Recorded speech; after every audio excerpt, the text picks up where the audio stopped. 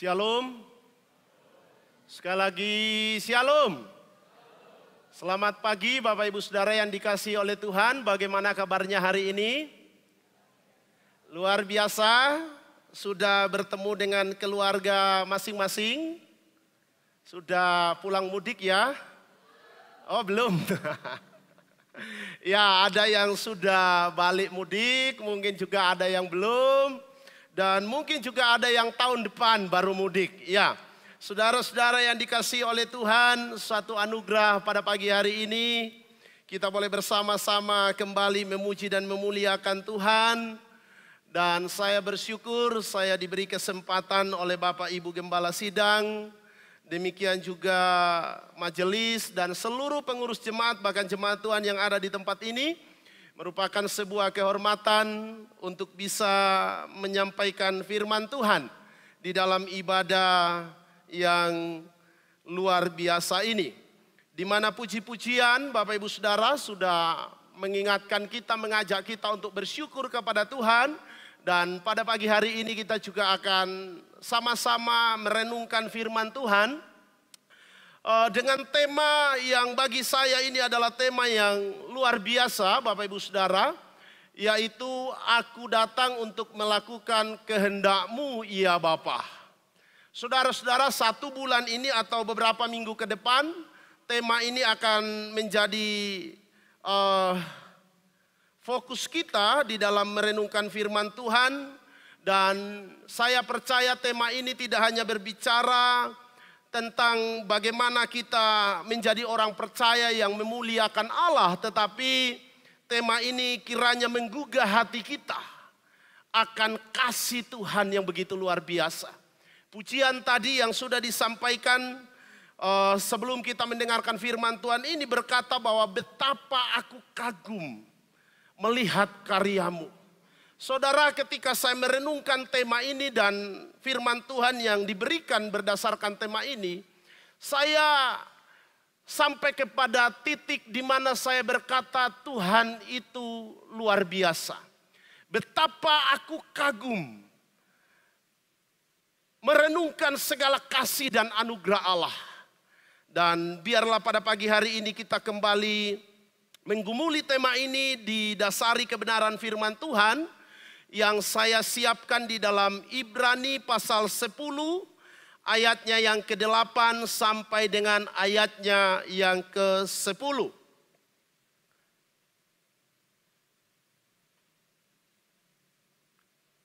Ibrani pasalnya yang ke-10 ayatnya yang ke-8 sampai dengan ayatnya yang ke-10.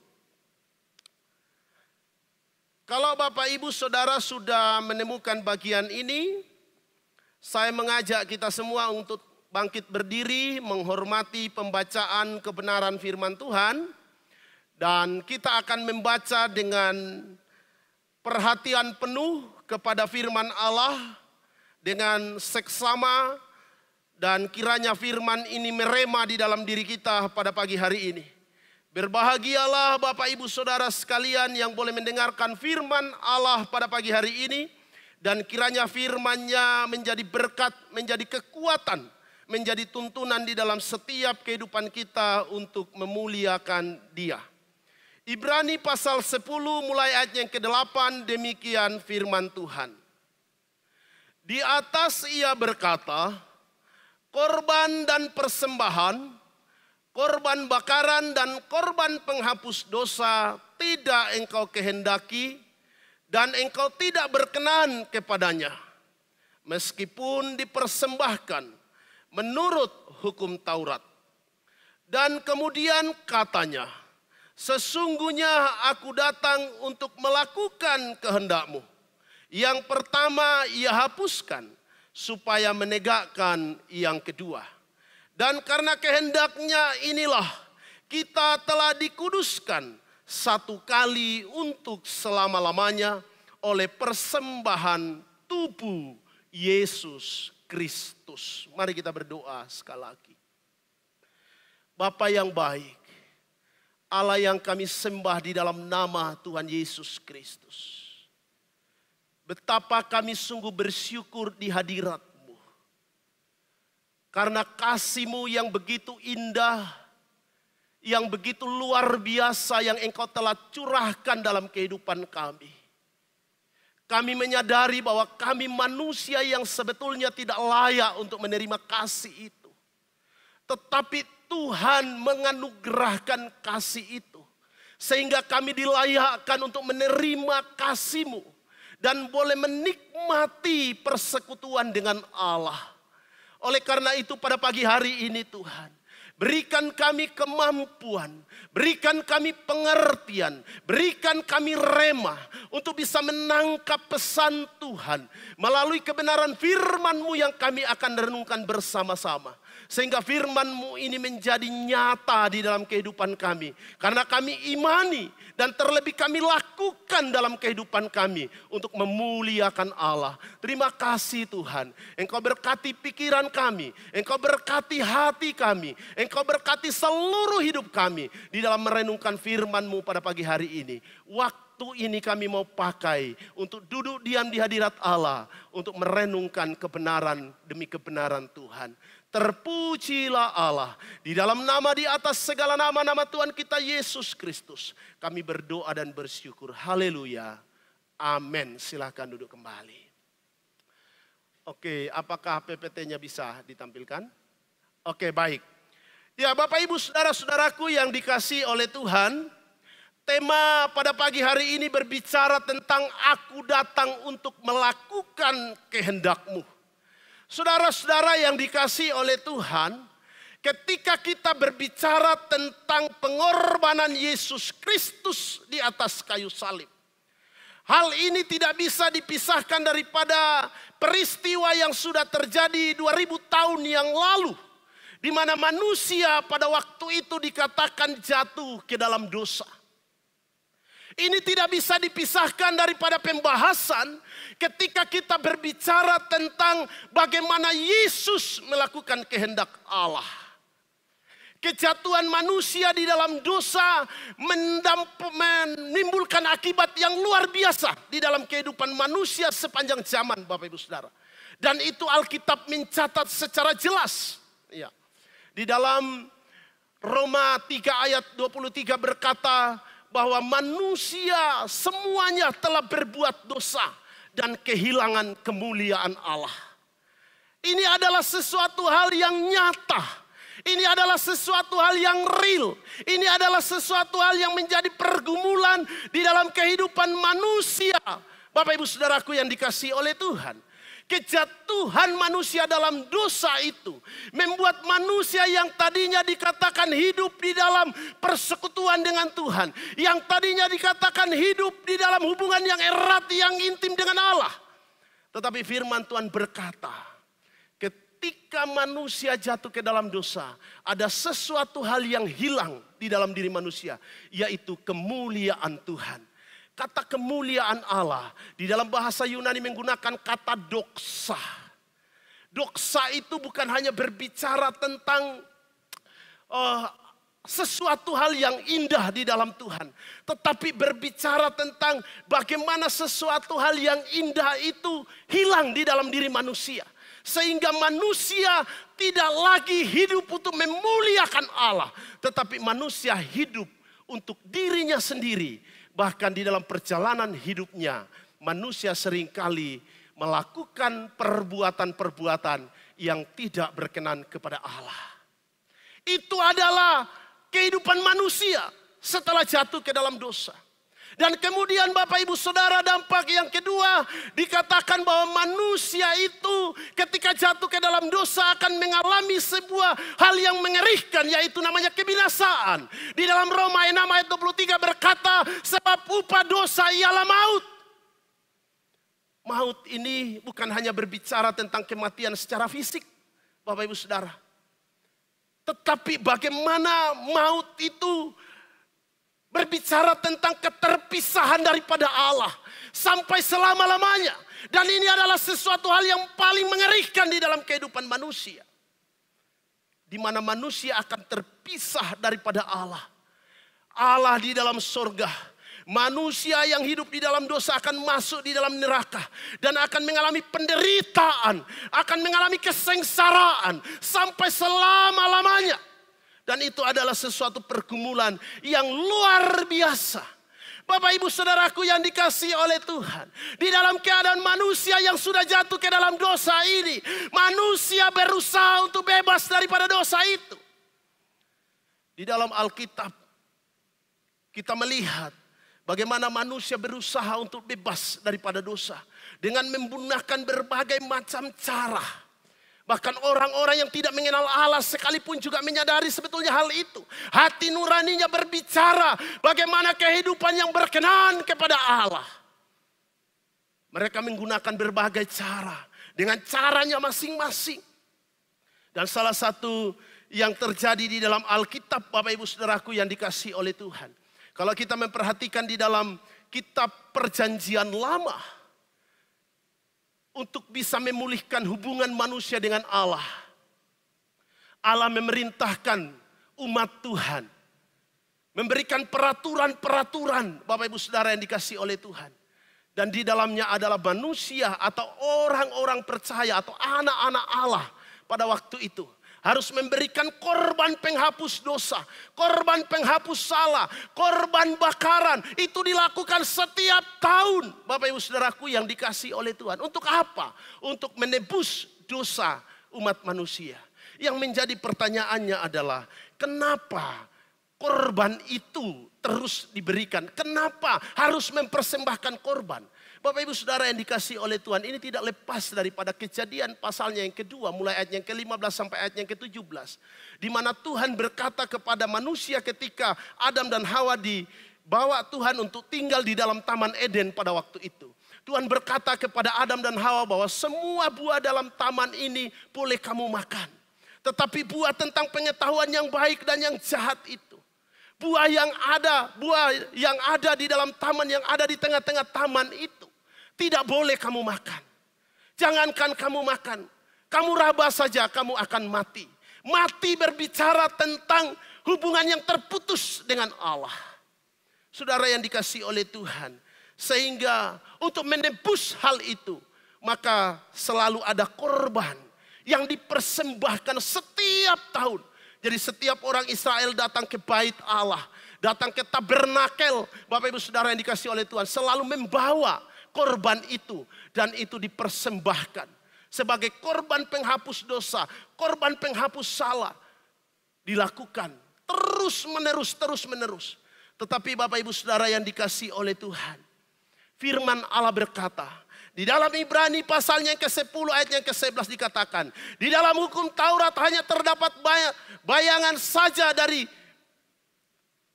keselamatan yang akan datang, dan bukan hakikat dari keselamatan itu sendiri. Karena itu dengan korban yang sama yang setiap tahun terus menerus dipersembahkan, hukum Taurat tidak mungkin menyempurnakan mereka yang datang mengambil bagian di dalamnya. Sebab jika hal itu mungkin, pasti tidak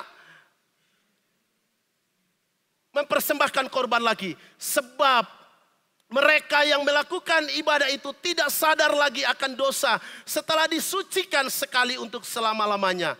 Tetapi justru oleh karena korban-korban itu, setiap tahun orang diperingatkan akan adanya dosa. Sebab tidak mungkin darah lembu jantan atau darah domba jantan menghapuskan dosa.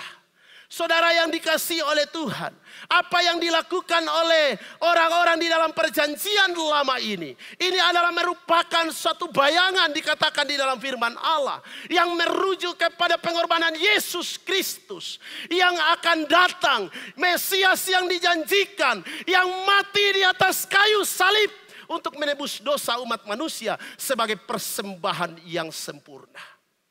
Saudara yang dikasihi oleh Tuhan, ini hal yang sangat penting untuk kita renungkan di dalam kehidupan kita sebagai orang-orang percaya. Kita, karena dosa-dosa yang ada, tidak layak di hadapan Allah. Tetapi Tuhan menganugerahkan kasih-Nya melalui kehadiran Yesus Kristus yang menyempurnakan segala sesuatu yang dikerjakan oleh manusia, yang tidak sempurna dikerjakan oleh tangan manusia. Tetapi Yesus yang adalah Tuhan mengerjakannya dengan sempurna satu kali untuk selama-lamanya. Saudara-saudaraku yang dikasihi oleh Tuhan, ini adalah berita yang sangat penting untuk kita terima di dalam setiap kehidupan kita sebagai anak-anak Tuhan. Bahwa Kristus mati untuk menebus dosa saya dan dosa kita semua. Yang tadinya kita terpisah daripada Allah, yang tadinya kita jauh daripada Tuhan, tetapi melalui Yesus Kristus inilah saudara dan saya memperoleh anugerah dan kasih karunia Tuhan. Sehingga saudara memperoleh kasih itu dan saudara menikmati di dalam kehidupan ini.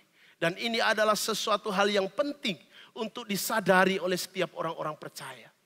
Sehingga Bapak Ibu Saudara, ketika kita membangun hubungan kita dengan Tuhan, maka kita akan membangun di dalam pemahaman yang benar.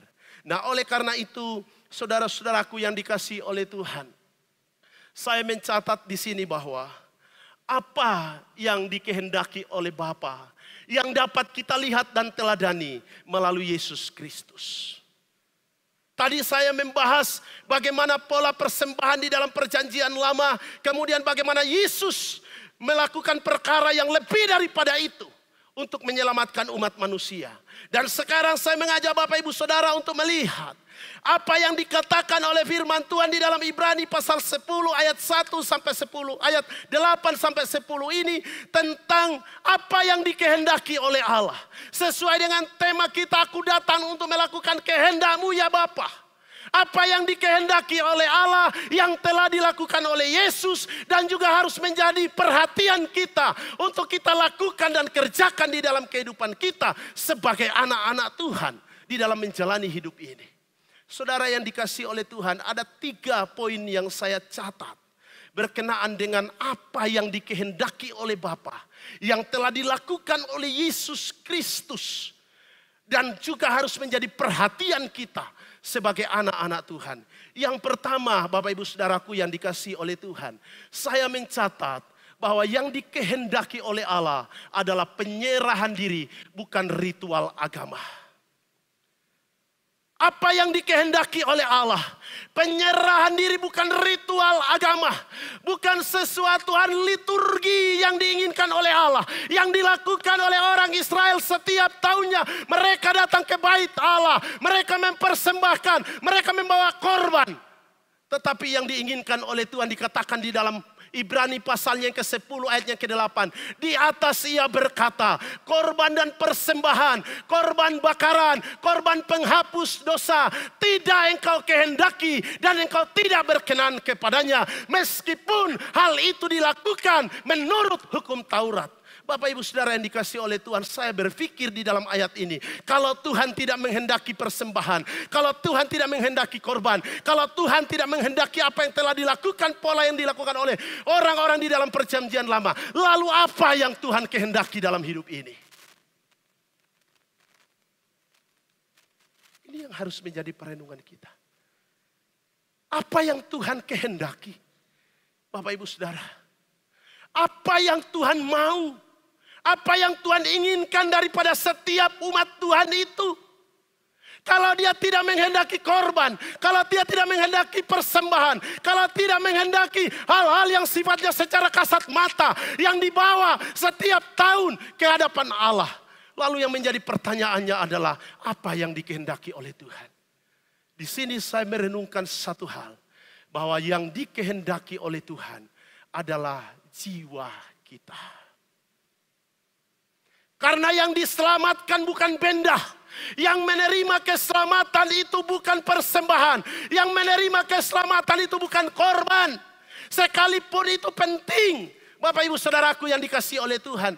Tetapi jiwa kita yang diinginkan oleh Tuhan di dalam kehidupan ini, untuk senantiasa kita persembahkan. Untuk senantiasa kita bawa kepadanya. Untuk senantiasa kita persekutukan dengan Dia. Itu yang diinginkan oleh Tuhan. Maka saya mencatat di sini bahwa Allah ingin yang lebih daripada sekedar korban dan persembahan. Allah menghendaki hubungan pribadi, Bapak Ibu Saudara. Allah menghendaki hubungan pribadi, hubungan yang dalam. Karena apa? Dosa telah membuat manusia terpisah daripada Tuhan. Dan yang diinginkan Tuhan adalah pemulihan relasi, pemulihan hubungan dengan Dia. Penyerahan diri secara total kepadanya dan bukan rutinitas ritual agama. Harus ada progres dan perubahan dalam hubungan dengan Tuhan. Bapak Ibu Saudaraku yang dikasihi oleh Tuhan. Ini kita berbicara tentang hubungan dengan Allah. Berbicara tentang hubungan dengan Allah, kita tidak tahu seperti apa hubungan setiap orang.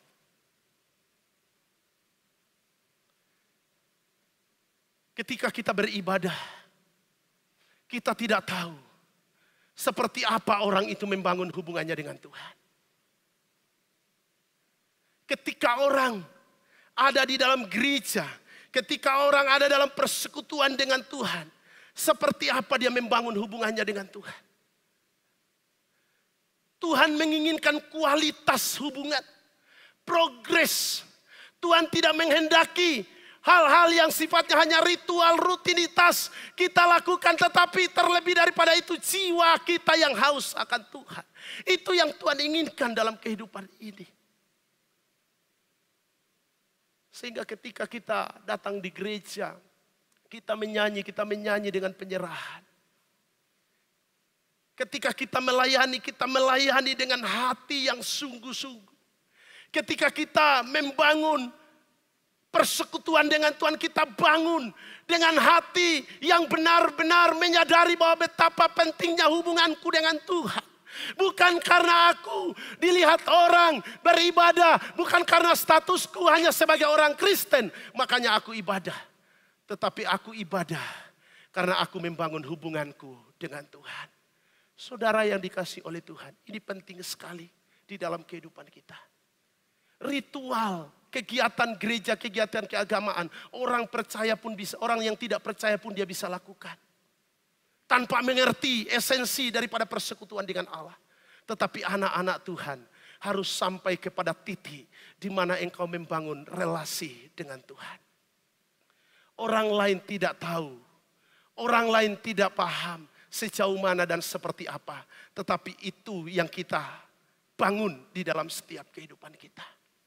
Firman Tuhan berkata korban dan persembahan, korban bakaran dan korban penghapus dosa, engkau tidak kehendaki dan engkau tidak berkenan kepadanya. Meskipun dipersembahkan menurut hukum Taurat. Saudara yang dikasihi oleh Tuhan. Dan ini penyerahan diri secara total dilakukan oleh Yesus.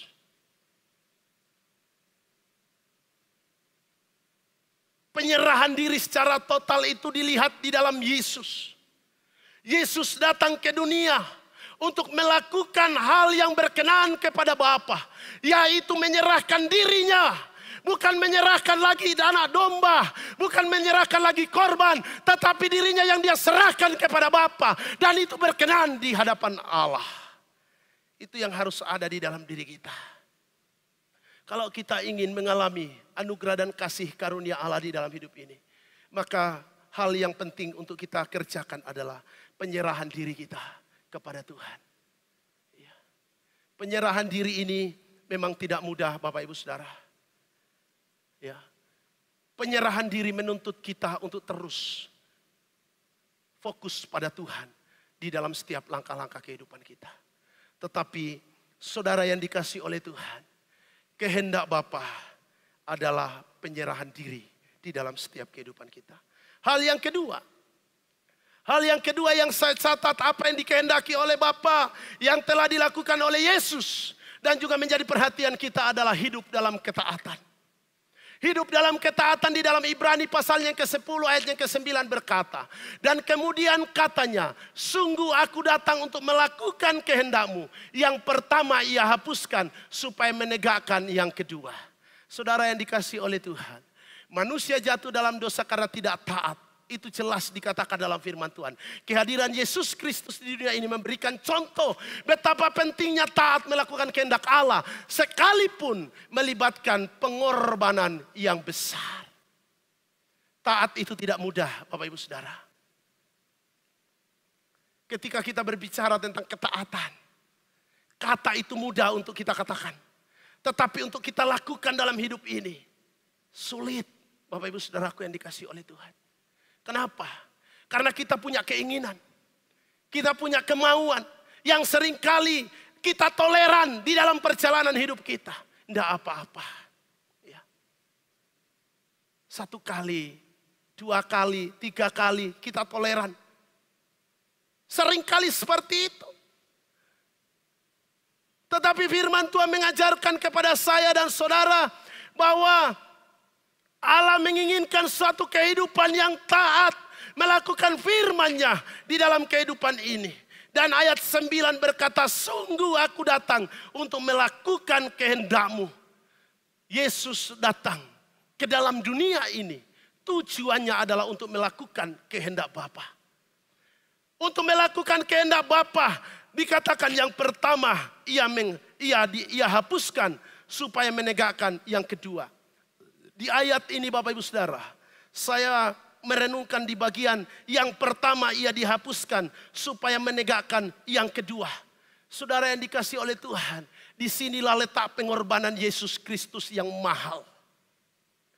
Ketika Yesus menghentikan pola perjanjian lama dan dia menegakkan pola yang baru, disitulah pengorbanan Kristus yang tiada taranya.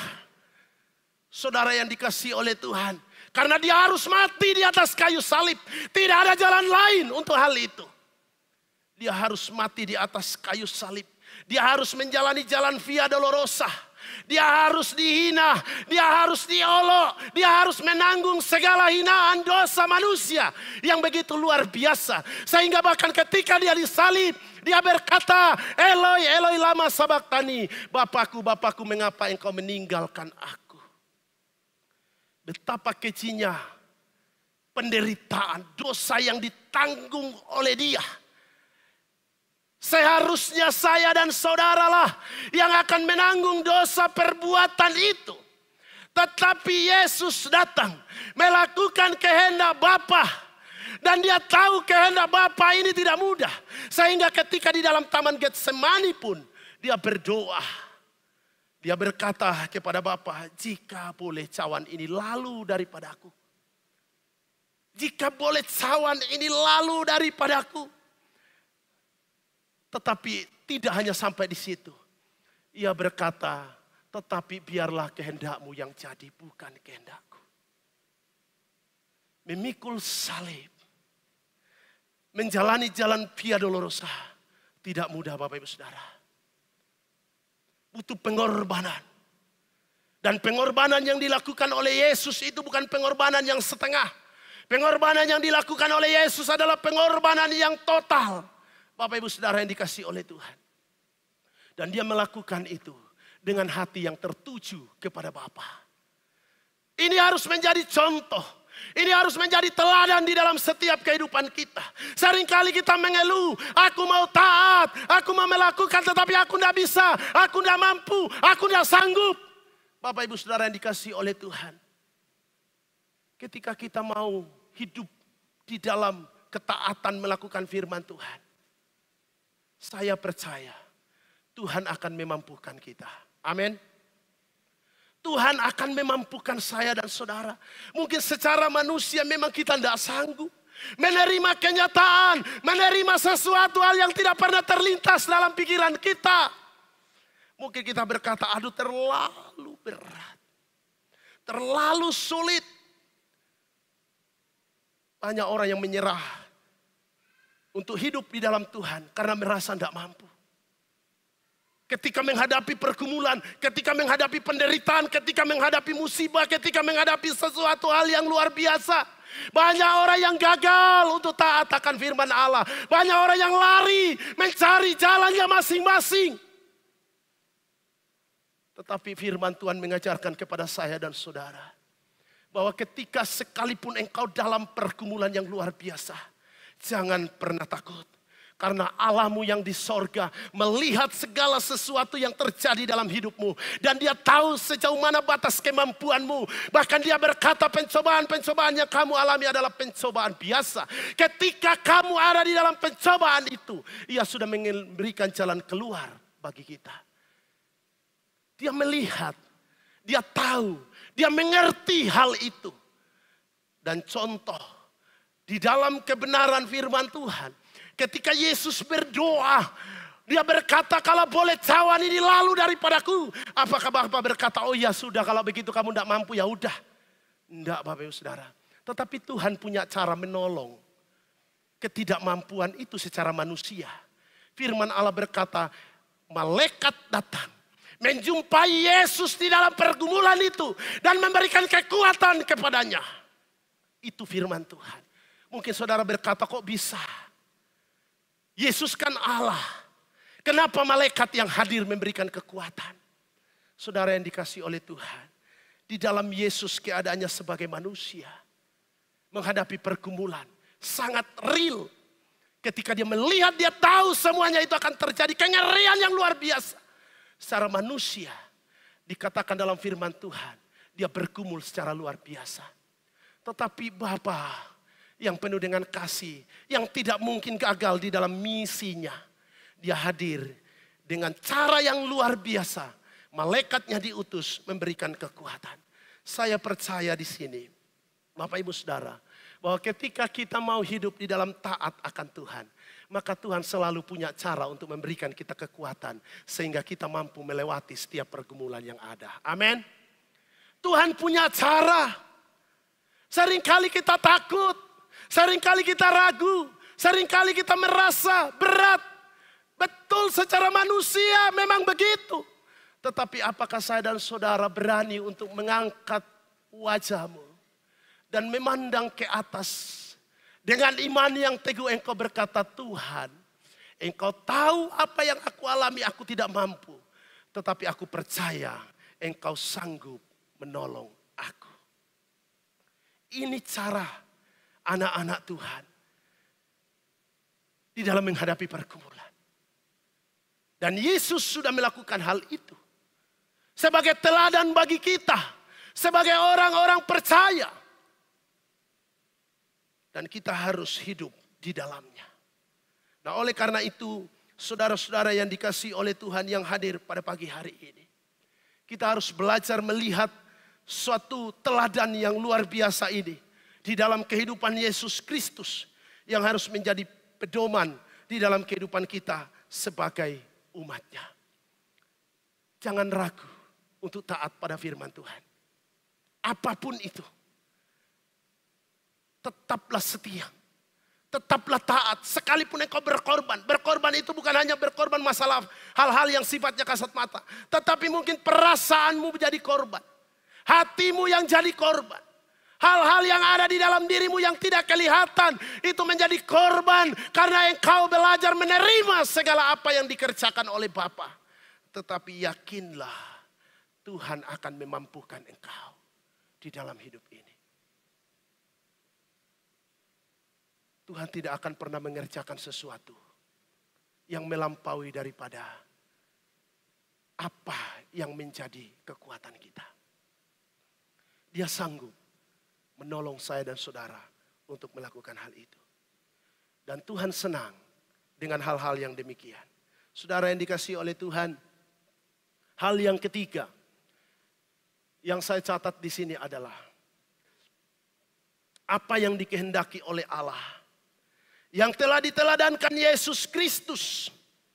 Dan yang harus menjadi perhatian kita bersama-sama. Yang ketiga adalah hidup dalam kekudusan. Ibrani pasalnya yang ke-10 ayat yang ke-10 berkata, dan karena kehendaknya inilah kita telah dikuduskan.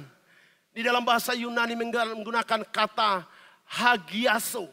Hagiaso ini artinya disucikan, dikuduskan, dipisahkan. Untuk sesuatu maksud yang baik. Satu kali untuk selama-lamanya. Oleh persembahan tubuh Yesus Kristus. Saudara yang dikasihi oleh Tuhan, Alkitab kita mencatat bahwa Yesus Kristus adalah pribadi yang kudus, tidak ada dosa. Yesus Kristus adalah pribadi yang kudus, tidak ada dosa. Ayat-ayat yang saya catat ini menjelaskan dan menyatakan bahwa Yesus hidup tanpa dosa. Dan Allah menginginkan umatnya supaya kita serupa dengan Kristus. Kita serupa dengan Kristus, Bapak Ibu Saudaraku, adalah sesuatu hal yang penting di dalam kehidupan ini. Kudus berarti dipisahkan. Saudara yang dikasihi oleh Tuhan, kita menjalani hidup di dalam dunia ini tidak bisa dipungkiri. Ada banyak hal godaan yang sering kali kita hadapi. Ya kan? Macam-macam kita temui dalam hidup ini. Karakter orang, ajakan orang yang seringkali tidak selaras dengan firman Tuhan. Di dalam pekerjaan yang menuntut ini dan itu. Di dalam pekerjaan yang sekarang ini semakin sulit. Bapak Ibu Saudara yang dikasihi oleh Tuhan. Banyak orang yang sulit untuk mempertahankan integritasnya sebagai anak-anak Tuhan. Dunia semakin luar biasa. Dunia semakin memperlihatkan eksistensinya yang dahsyat. Di mana kita ada, di mana kita menjalani hidup. Tetapi firman Allah mengajarkan kepada saya dan saudara, supaya kita tetap menjaga kehidupan kita di hadapan Allah. Seperti Kristus. Yesus adalah pribadi yang kudus. Sehingga dia layak untuk memberikan pengampunan dosa. Kalau Yesus ada dosa, maka Yesus tidak memenuhi syarat untuk menebus dosa umat manusia. Karena bagaimana mungkin darah yang berdosa menebus dosa. Tetapi Yesus adalah pribadi yang kudus. Sehingga dari kekudusan itulah saudara dan saya dikuduskan, dilayakkan, disucikan untuk boleh menerima kasih dan anugerah Tuhan. Saudara-saudara yang dikasihi oleh Tuhan, di dalam hidup ini banyak orang yang seringkali tertuju dengan pengalaman-pengalaman hidupnya. Saudara yang dikasihi oleh Tuhan, merasa terus tidak layak di dalam Tuhan. Saudara, kalau kita berbicara tentang dosa, di awal saya sudah katakan bahwa dosa itu sudah mengalir dalam kehidupan manusia secara luar biasa. Siapapun manusia itu punya dosa. Tidak ada manusia yang tidak berdosa. Hanya wujud dosa yang dilakukan setiap orang itu yang berbeda-beda. Ada orang yang berdosa dengan cara korupsi. Ada orang yang melakukan dosa dengan cara berzina. Ada orang yang melakukan dosa dengan cara dia membicarakan hal-hal yang jelek. Ada orang yang berdosa untuk melakukan hal-hal yang lainnya.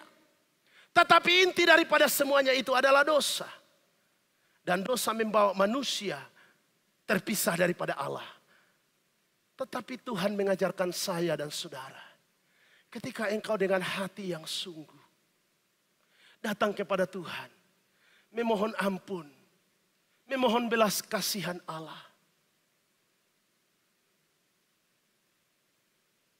Firman-Nya berkata, sekalipun dosamu merah seperti kirmisi, akan Tuhan sucikan, akan Tuhan kuduskan, akan Tuhan bersihkan ketika kita datang kepada Allah dengan hati yang sungguh. Artinya apa? Tidak ada persoalan hidup manusia yang tidak dapat diselesaikan ketika kita mau berserah kepada Dia. Persoalan terbesar manusia adalah dosa. Persoalan terbesar manusia adalah keterpisahan daripada Allah. Dan tidak ada sesuatu yang bisa menyelesaikan hal itu. Hanya satu pribadi, yaitu Yesus Kristus, yang mampu melakukan, menyelesaikan pergumulan itu di dalam kehidupan ini. Dan itulah karya Allah yang indah dan sempurna di dalam setiap kehidupan kita. Supaya apa? Saudara dikuduskan, saudara dipisahkan. Supaya saudara hidup memuliakan Allah di dalam hidup ini. Itu tujuan Tuhan, saudara-saudaraku yang dikasihi oleh Tuhan. Ketika kita menerima Yesus sebagai Tuhan dan Juru Selamat kita, Kita menaikkan ucapan syukur karena Tuhan telah mengampuni segala dosa dan pelanggaran kita. Tetapi kita juga tidak boleh hanya sampai di situ. Tetapi kita harus punya sesuatu. Harus melakukan sesuatu yang berdampak. Yang memuliakan Allah di dalam kehidupan ini. Karena untuk itulah saudara dipisahkan. Supaya saudara menjadi saksi Kristus di muka bumi ini. Itu tujuannya. Kita dipisahkan untuk menjadi saksi Kristus di muka bumi ini. Saudara yang dikasihi oleh Tuhan, berbicara tentang dikuduskan, itu bukan berbicara tentang hanya kita bersyukur lalu kemudian nangis-nangis menyembah Tuhan, nangis-nangis dalam gereja, nangis-nangis ketika kita bersekutu di dalam komunitas Kristen. Tetapi berbicara tentang dipisahkan, berbicara tentang dikhususkan, dikuduskan Bapak Ibu Saudara. Itu berbicara tentang karakter hidup kita yang harus berbeda daripada orang-orang yang tidak mengenal Allah. Dimanapun kita berada itu harus terlihat. Baik di gereja engkau tetap terpisah. Dalam artian engkau tetap khusus di hadapan Allah. Di luar gereja, di dalam rumah tangga, di rumah, di pekerjaan, dimanapun engkau berada.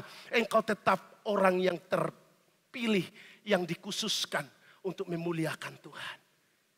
Melalui perbuatan kita, melalui tindakan kita, melalui karakter kita, melalui apa yang kita kerjakan. Orang akan berkata, kok beda ya? Ya memang harus beda. Anak-anak Tuhan harus berani menunjukkan identitasnya. Sebagai orang-orang yang telah dikuduskan. Sebagai orang-orang yang telah menerima kasih karunia Allah di dalam kehidupan ini.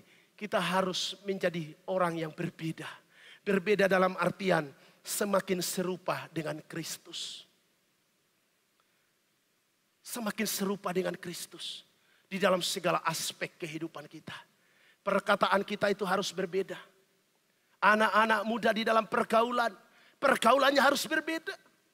Bukan berarti ketika bergaul lalu, oh kita berbeda, kita menggunakan pakaian yang lebih mewah, yang lebih mahal. Oh bukan itu. Atau kita bergaya kalau gaya jalannya orang-orang dunia seperti ini, kalau kita seperti ini. Bukan itu. Tetapi yang diinginkan oleh Allah adalah pancaran karakter Kristus. Yang dirasakan, yang dilihat, yang diamati oleh orang-orang yang ada di sekeliling kita. Yang melaluinya hidup saudara dan saya menjadi berkat. Itu yang dikehendaki oleh Tuhan. Itu yang diinginkan oleh Bapa. Di dalam setiap kehidupan kita. Sebagai orang-orang percaya. Di dalam menjalani kehidupan ini. Nah oleh karena itu. Saudara-saudaraku yang dikasihi oleh Tuhan. Yesus telah melakukan hal ini. Melalui kematiannya di atas kayu salib. Dia menguduskan saya dan saudara. Satu kali untuk selama-lamanya.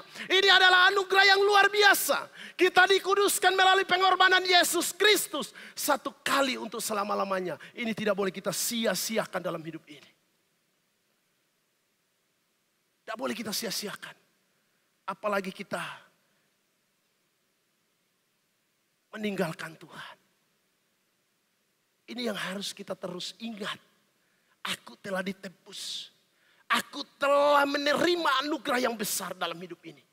Dan itu sudah dikerjakan oleh Kristus. Penebusan itu dilakukan ribuan tahun yang lalu.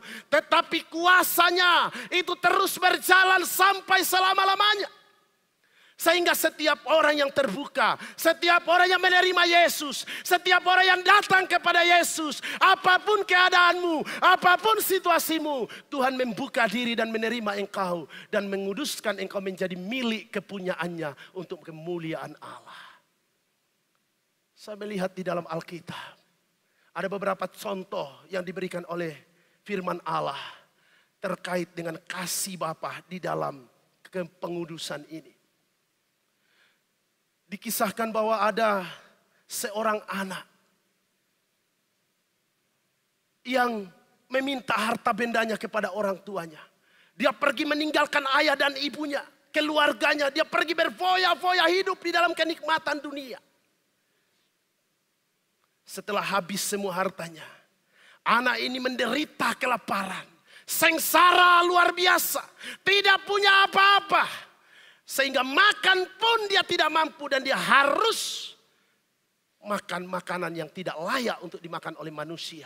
yaitu makanan hewan atau babi. Saudara yang dikasihi oleh Tuhan, di dalam konteks Yahudi, babi itu adalah binatang yang haram, yang najis. Sekalipun kita orang Kristen berbeda pandangannya. Tetapi di dalam pandangan Yahudi itu menunjukkan sesuatu keadaan yang najis.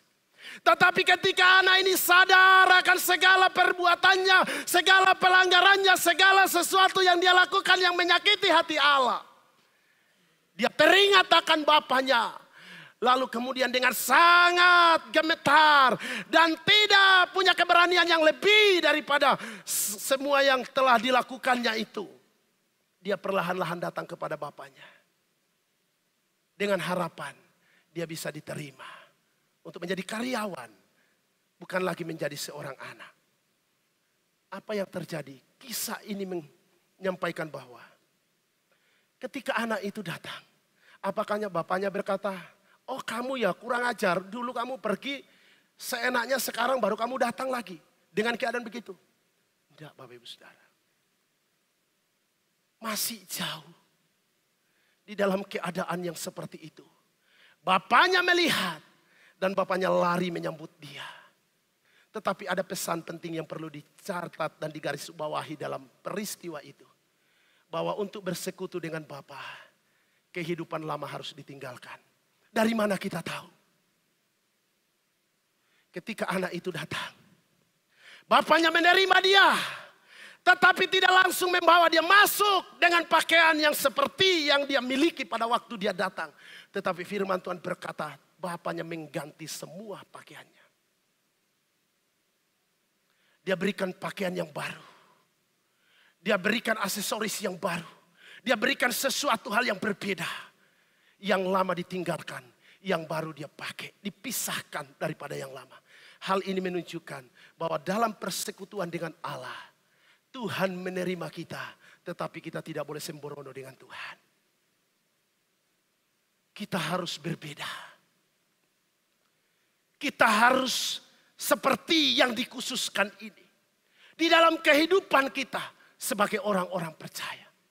Makanya di dalam melayani Tuhan, di dalam beribadah, di dalam bersekutu, kita harus memberikan yang terbaik untuk Tuhan. Penyembahan yang terbaik, pelayanan yang terbaik, persekutuan yang terbaik. Yang memuliakan Allah di dalam kehidupan ini. Jadi Tuhan ingin kita tidak boleh hidup di dalam kehidupan yang lama, tetapi kita harus keluar dari hal itu. Ketika kita sudah menerima Yesus sebagai Tuhan dan Juru Selamat, kita harus keluar daripada kehidupan yang tidak memuliakan Tuhan. Apapun itu. Seringkali manusia toleran dengan hal itu. Tetapi Tuhan berkata, engkau telah dikuduskan. Engkau harus hidup dengan cara yang kudus. Dengan cara yang serupa dengan Kristus. Di dalam kehidupan ini. Segala sesuatu yang lama. Firman Tuhan berkata, yang lama itu harus berlalu. Dan kita mengenakan yang baru. Di dalam hidup ini. Sehingga anak-anak Tuhan menjadi berkat. Anak-anak Tuhan memuliakan Allah. Anak-anak Tuhan tidak hidup di dalam ritual, rutinitas keagamaan. Kalau kita tidak berubah di dalam hidup kita di hadapan Allah, maka kita tidak ada bedanya dengan orang di dalam perjanjian lama. Dan Tuhan berkata, itu tidak berkenan. Itu tidak berkenan. Yesus datang membawa perubahan. Yang harus menjadi contoh, yang harus menjadi teladan bagi kita sebagai orang-orang percaya. Nah, oleh karena itu, saudara-saudara yang dikasihi oleh Tuhan, kesimpulan daripada firman Tuhan yang saya sampaikan ini, mari kita perhatikan bersama-sama dan biarlah hal ini kita bawa pulang untuk menjadi berkat bagi kita. Yang pertama, saudara yang dikasihi oleh Tuhan, setiap orang yang percaya dipanggil untuk melakukan kehendak Allah, seperti yang telah dilakukan oleh Tuhan kita Yesus Kristus. Setiap orang, siapapun itu, saudara dipanggil. Bukan hanya pendeta yang dipanggil untuk berkhotbah, untuk menyampaikan firman. Untuk melakukan apa yang menjadi kehendak Allah. Semua, siapapun kita.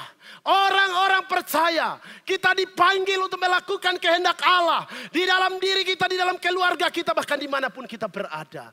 Oleh karena itu yang pertama, jadilah pribadi yang hidup dalam persekutuan yang erat dengan Tuhan. Jadilah pribadi yang hidup dalam persekutuan dengan Tuhan. Setiap waktu agar saya dan saudara dapat mengalami Tuhan dalam hidup ini setiap hari. Kita mengalami Tuhan ketika kita membangun persekutuan yang erat dengan Tuhan. Bukan ibadah yang hampa dan kosong. Bukan hanya kegiatan gereja, kegiatan-kegiatan rohani. Tetapi persekutuan yang erat ini berbicara tentang roh kita harus terus melekat kepada Tuhan. Yang kedua, jadilah pribadi yang senantiasa taat melakukan firman Tuhan. Sebagai wujud kasih kita kepadanya. Dan bagian dari proses pembentukan kehidupan rohani kita. Yang membawa kita lebih dekat kepadanya. Sehingga kita dapat memiliki karakter yang serupa dengan Kristus. Jadilah pribadi yang seperti ini. Apapun itu yang kita alami dalam hidup ini. Kita mau belajar untuk taat melakukan firman Tuhan. Karena kita percaya itu yang dikehendaki Tuhan. Dan Tuhan akan memampukan kita. Dan yang terakhir, jadilah pribadi yang hidup dalam kekudusan. Untuk mencerminkan karakter Allah di muka bumi ini. Sekaligus menjadi bagian dari persiapan kita. Untuk hidup kekal bersama Bapa di surga. Saudara yang dikasihi oleh Tuhan. Ibrani 12 ayat 14 berkata. Tanpa kekudusan tidak ada seorang pun yang bisa masuk ke dalam kerajaan surga. Artinya keselamatan adalah anugerah. Tetapi kita harus hidup di dalam anugerah yang sesuai dengan kehendak Tuhan. Nah oleh karena itu pada pagi hari ini. Biarlah kiranya firman Tuhan ini sampai kepada kita. Dan menjadi berkat bagi kita semua. Tuhan memberkati. Amin.